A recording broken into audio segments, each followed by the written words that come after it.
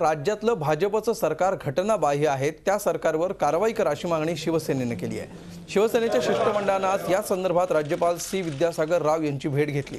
तसंच भाजप आणि राष्ट्रवादी काँग्रेसचं साटलोटं लपवण्यासाठीच विधानसभेमध्ये गोंधळ घालण्यात आला असा आरोपही विरोधी पक्षनेते एकनाथ शिंदे यांनी केलाय। त्यांच्याशी बातचीत केली आमचे प्रतिनिधी दिनेश दुखंडे यांनी। आपल्यासोबत आहेत महाराष्ट्र राज्याचे विरोधी पक्षनेते एकनाथ शिंदे। शिंदे साहेब, राज्यपालांची भेट घेतलेली आहे, शिवसेनेने नेमकी काय मागणी केलेली आहे?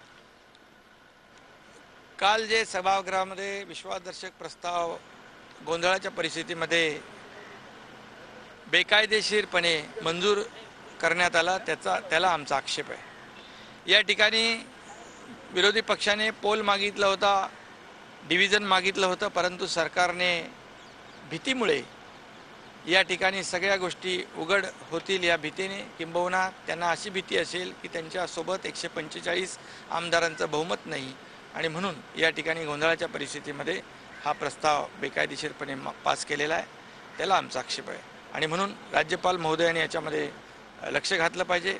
घटनाबाह्य कामकाज सरकारला करता येणार नाही याची दखल राज्यपाल महोदयांनी घ्यावी अशी आमची मागणी। तुमचा कामकाजावर आक्षेप आहे की सरकारचं जे अस्तित्व आहे त्यावर आक्षेप आहे? सरकार बरखास्तीची मागणी केलेली आहे? सरकारचं पूर्णपणे अस्तित्वच बेकायदेशीर आहे, कारण 12 मंत्री पाहिजे तिकडे 10 मंत्री आहेत, घटनाबाह्यच आहे सरकार। आणि मग या सरकारने निर्णय घेतलेले देखील ते अधिकृत आहे अनधिकृत याही प्रश्न निर्माण झाला आहे। आणि म्हणून ह्या घटनाबाह्य सरकारकडून घटनाबाह्य कृती कामकाज होता कामा नये अशी आमची अपेक्षा आहे।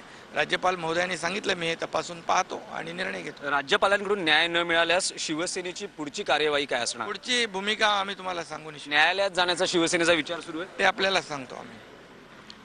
व्हिडिओ जर्नलिस्ट मोहन आग्रेसह दिनेश दुखंडे, झी मीडिया, मुंबई।